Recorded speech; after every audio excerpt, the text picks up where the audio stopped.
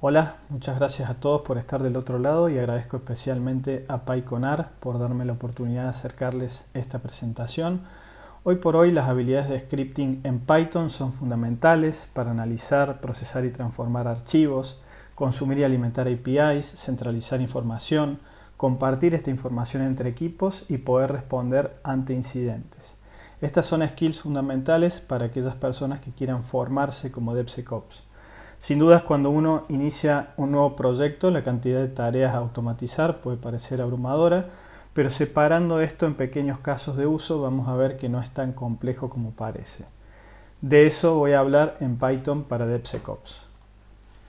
Me presento muy brevemente, mi nombre es Alfredo Pardo, soy ingeniero en sistemas de información de la UTN de Córdoba, soy arquitecto de seguridad cloud en 3XM Group.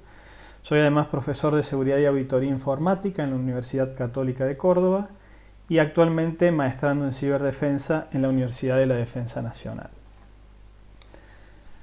Para entender el contexto de lo que vamos a ver, veamos cómo es el flujo típico de DevSecOps en la nube. Por lo general, un desarrollador envía código a un repositorio, como lo puede ser GitLab. Este código es analizado estáticamente con herramientas como SonarQube. Posteriormente se analizan los componentes, aquellas librerías de terceros o de software libre que forman parte de la aplicación, con herramientas como OWASP Dependency Check.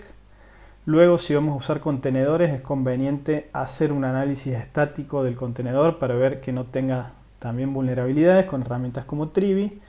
Y cuando tenemos la aplicación corriendo, podemos usar analizadores externos para ver si tenemos vulnerabilidades, como lo es OWASP.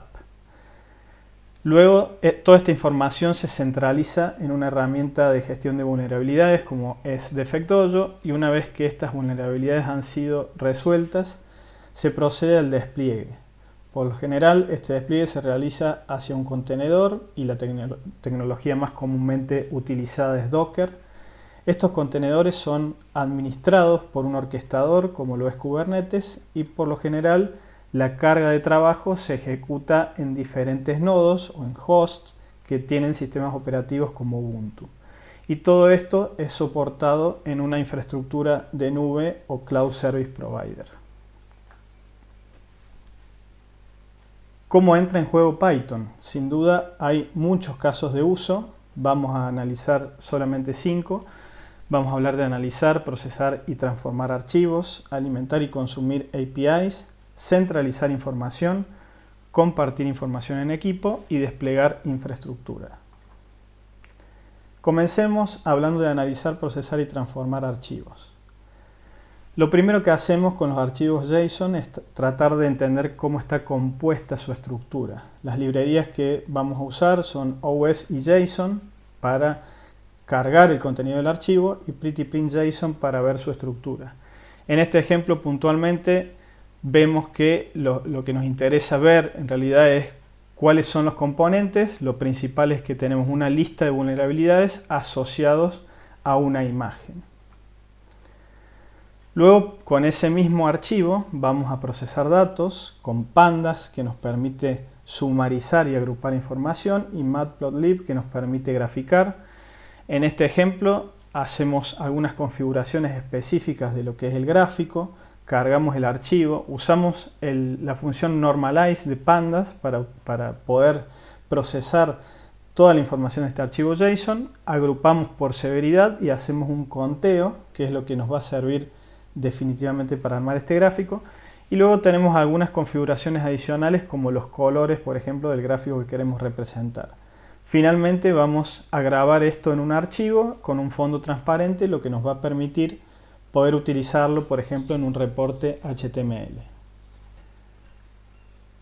Otra librería interesante es PyJade, que nos permite escribir código HTML en un formato tabular y muy fácil de editar.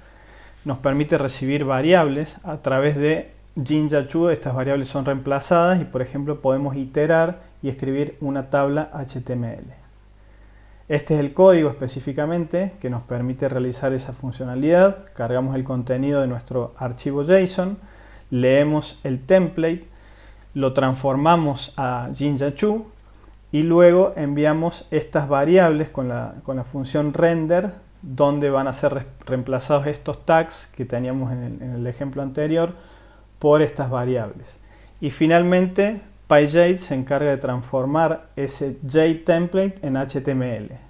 Lo guardamos para poder visualizarlo en nuestro navegador. Y como vemos acá, se puede ver el resultado de este archivo, que sin dudas puede ser mejorado con estilos, y estos estilos se podrían incluir como parte del template inicial. Hablemos ahora de alimentar y consumir APIs. Vamos a usar como ejemplo GitLab, y la librería principal que vamos a usar es request, tanto para consumir o para enviar información. URLlib3 en este caso se utiliza para suprimir los mensajes de advertencia que nos da un script cuando intentamos consumir SSL. Y en este ejemplo particular nos interesa por un lado la URL de GitLab y el Personal Access Token, que es un token que nosotros obtenemos en nuestro perfil de GitLab para consumir esta API. Hay algunos encabezados que son muy importantes a tener en cuenta cuando hacemos una petición. Los resultados vienen paginados, entonces pueden venir o no estos parámetros que son total pages, la cantidad de páginas totales de resultados, next page si la hubiera, y la página actual con X page. Cuando comenzamos a consumir servicios de GitLab, lo primero que puede interesarnos son los grupos, que son formas de agrupar proyectos. Todos los usuarios que creemos dentro de los grupos van a heredar automáticamente los permisos para cada uno de los proyectos que compongan ese grupo. En este ejemplo o en esta salida en particular nos interesa el ID para poder, por ejemplo, obtener los miembros, que es lo que hacemos en este caso. Pasamos ese ID que obtuvimos anteriormente y con members nos da una lista de miembros. Sobre los miembros nos interesa puntualmente el nivel de accesos que tienen, que es este entero que se ve acá, y podemos mapear ese número entero a el tipo de permisos que tienen, que en este caso tiene acceso de owner. Además podemos obtener información de los proyectos, incluyendo projects en la URL. Puntualmente nos interesa el ID, como en el caso anterior, para ver qué otra información podemos obtener sobre los proyectos. Muy interesante es saber cuáles son los commits que se realizaron. Podemos ver quién fue el autor de ese commit y en qué fecha se realizó. Y además podemos identificar, si agregamos diff, podemos ver cuáles son exactamente los archivos que se modificaron. Y si podemos parsear el contenido de este diff, podemos ver incluso qué líneas se agregaron, qué líneas se modificaron y qué líneas se suprimieron. Tenemos además muchas otras consultas que podemos realizar. Por ejemplo, si agregamos members, podemos obtener la lista de miembros similar a como lo hicimos con los grupos, también con su nivel de permisos, con la misma tabla de validación de entero a tipo de permiso. Podemos obtener además los merge requests, que serían como los pull requests en GitHub. Podemos ver detalles de quién lo envió y otros detalles interesantes. Pipelines, en el caso de que estemos utilizando un ambiente de integración continua.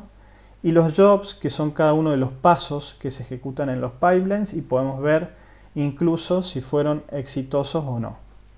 Y tenemos muchas más queries que podemos realizar, por supuesto, y para ello los invito a visitar la documentación de la API de GitLab. Cuando hablamos de alimentar APIs, vamos a usar como ejemplo DefectDojo, que es la herramienta que mencionamos al principio para centralizar información. Esta herramienta, en su parte derecha, cerca de lo que es el perfil del usuario, tiene la opción de obtener una API key y podemos ver también la documentación de esa API. Una vez que obtuvimos esa key, podemos utilizarla para ser incluida en cada una de las peticiones. Sin duda, lo óptimo sería pasar esto a través de una variable de entorno y no exponerlo en el código. Y en este caso vamos a trabajar con Retire, que es una herramienta que analiza los archivos JavaScript, los package.json, para identificar librerías que son vulnerables o que están desactualizadas. Esto sirve para Node.js, React, Angular, cualquier framework que utilice JavaScript como base. Para entender cómo funciona DefectDojo, se crean productos, que es la forma en que se mencionan a las aplicaciones, y dentro de esos productos se crean los engagement, que son los diferentes tipos de análisis que vamos a realizar sobre la aplicación. Por ejemplo, retire sería un tipo de engagement y asumamos que le damos el ID 1 a ese engagement. Una vez que se ejecuta este análisis o se envía la información a la API, se crea un test y ese test tiene asociados findings. Como vemos acá en la parte central, se arma todo lo que es el payload que va a ser enviado a la API, al método importScan. Acá simplemente estamos haciendo carga de este archivo que podríamos estar obteniendo en un pipeline. Configuramos algunos parámetros adicionales y realizamos el envío con el método post de la librería request. Este es el resultado del post anterior. Básicamente en el engagement se creó un test y ese test tiene findings asociados con su correspondiente severidad, más detalles e incluso URLs que podemos visitar para conocer más detalles de la vulnerabilidad. Hablemos ahora de centralizar información. Una herramienta muy interesante es Apache Superset, que nos permite crear dashboards con diferentes tipos de gráfico y consumir información desde diferentes orígenes de datos, prácticamente todas aquellas bases de datos relacionales que son soportadas por SQL Alchemy. En este ejemplo vamos a consumir PostgreSQL, que es la base de datos que utiliza Apache Superset. Vamos a pasar variables de entorno para hacer esta configuración. Creamos nuestra cadena de conexión, establecemos o creamos un engine o un motor para conectarnos a esa base de datos. Creamos tantas clases como tablas necesitemos tener en la base de datos, establecemos una sesión y ejecutamos el comando createAll para crear cada una de estas tablas. Una vez que tenemos esta tabla creada, vamos a cargar la información de nuestro archivo JSON, que como dijimos antes es muy importante tener en claro su estructura. Y una vez que recorremos cada uno de los registros que queremos insertar en nuestra tabla, vamos a crear un objeto de la clase que definimos anteriormente, lo vamos a agregar con el método add y lo vamos a confirmar con commit. Una vez que insertamos todos los registros, hacemos el cierre de la sesión con close.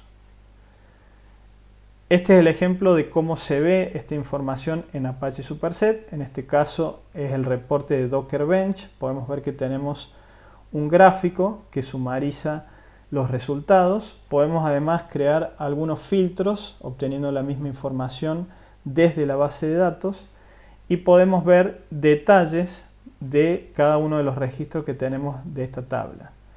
Tenemos diferentes alternativas. Este ejemplo de Docker Bench no es el único. Por ejemplo, si quisiéramos ver todas las imágenes escaneadas con Trivi, podemos tener información de la totalidad de imágenes. Poder filtrar por severidad, por ejemplo, para ver cuáles son las más críticas de todas las imágenes que estamos utilizando, o bien ver información de una imagen en particular. Hablemos de compartir información en equipo. Mattermost es una alternativa open source o libre para Slack. Nos permite enviar información en formato Markdown a cada uno de los chats. Podemos tener un chat a nivel equipo. Y con la librería MMPybot es bastante simple enviar información a Mattermost.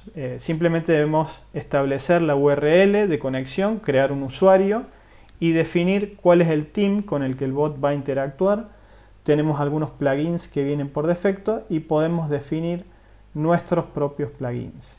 Para ejecutarlo simplemente vamos a utilizar este comando que se ve en la parte inferior y este es el formato que tiene un plugin. Simplemente utilizamos la librería de expresiones regulares, importamos la librería de Pybot y cada una de las librerías que necesitemos para, por ejemplo, manejar la información que vamos a enviar a Mattermost. Usamos un decorador donde a través de una expresión regular vamos a ver a qué comando va a responder esta función. Y en la función, por ejemplo, para simplificar solamente escribo un título en Markdown y lo envío a Mattermost con el método message.reply. Así es como se ve esta funcionalidad en Mattermost. Nosotros ingresamos el comando que definimos a través de la expresión regular y recibimos una lista de resultados. En mi ejemplo había usado solamente el título. Acá tenemos toda la información sumarizada, categorías y el estado de cada uno de los controles. Así como está hecho para Mattermost, pueden hacerlo adicionalmente como lo hicimos con Docker, hacerlo para otras herramientas como lo es Kubebench. De la misma manera que funcionó con Docker, tenemos información sumarizada de Master Node y Worker Node y detalles de categorías y estatus para cada uno de ellos. Hablemos de desplegar infraestructura. Pulumi es una herramienta que permite escribir la configuración de nuestra infraestructura como código utilizando Python. Esta herramienta se utiliza a través de 4 simples pasos. Podemos instalar, crear el stack con Pulumi stack init, configurar. Esta configuración es solamente un ejemplo. Esto termina en un archivo YAML y una vez que definimos toda la infraestructura en nuestro archivo Python, lo desplegamos con Pulumi app. Este es un ejemplo específicamente en Azure. Utilizamos las librerías Pulumi y Pulumi Azure. Tomamos la configuración que estaba en nuestro archivo YAML, tomamos los parámetros que nos interesan. En este caso vamos a crear una máquina virtual con un web server simple. Estamos armando este script como una cadena básicamente y es lo que le vamos a pasar a la configuración inicial. Y la secuencia que debemos seguir para desplegar esto a Azure, primero es crear un resource group, que es lo que agrupa diferentes recursos en Azure y nos permite luego eliminar fácilmente un grupo de recursos.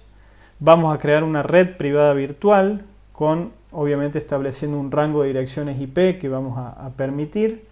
Luego vamos a crear una subred dentro de esa red privada virtual. Vamos a establecer una dirección IP y vamos a asignar una placa de red para nuestra máquina. Una vez que tenemos todos esos recursos definidos, vamos a crear efectivamente la máquina usando cada una de las definiciones previas, como por ejemplo la interfaz de red, y podemos además especificar qué sistema operativo va a utilizar esta máquina virtual. Es importante también ver cómo se manejan las salidas en Pulumi, porque esto se utiliza para la misma conformación de los recursos y a su vez esto nos va a permitir ver en qué IP se ha publicado el web server que nos interesaba crear. Para que vean cómo es la experiencia de ejecutar Pulumi, simplemente se ejecuta Pulumi app. Podemos ver tanto en consola como en esta URL que se ve en la parte superior cómo es el estado de esta ejecución. Confirmamos, esta es la lista de recursos que nos propone crear y luego de la confirmación se efectúa la creación de los recursos. Y es un proceso, por lo general, bastante rápido y bastante fácil de comprender.